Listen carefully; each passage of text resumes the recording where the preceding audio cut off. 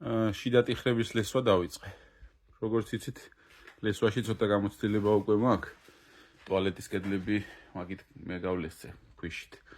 რახან არის თხელი კედლები, 10-იანი და 15-იანი კედლებია, გადავწყვიტე რომ გამელესა ქვიშით.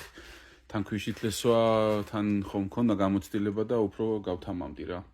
ეხლა უკვე ეს დავატვიორკე და ამიტომაც მეთქი გადავიღებ თქო და შევახედებ ხალხს თქო.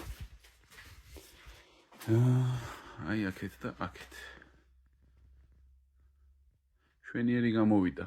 პლუსი, კიდევ ერთი პლუსი რა აქვს შედარებით დაბალ ჭერს. ეხლა ეს ჭერი სტიაშკის დასხმის შემდეგ და ყველაფრის შემდეგ დარჩება 2.55. აი აქ ყველაზე დაბლა რო უკვე გიფსოს გავაკეთებ და დაბლა რო სტიაშკა დაიწყება 2.95. არ მჭირდება რეალურად ხარაჩო რა. ჩვეულებრივად ბლოკის დადებით ბოლო პატარა ზოლს ვაკეთებ და დანარჩენზე ვდგავარ და ჩვეულებრივად ვაკეთებ.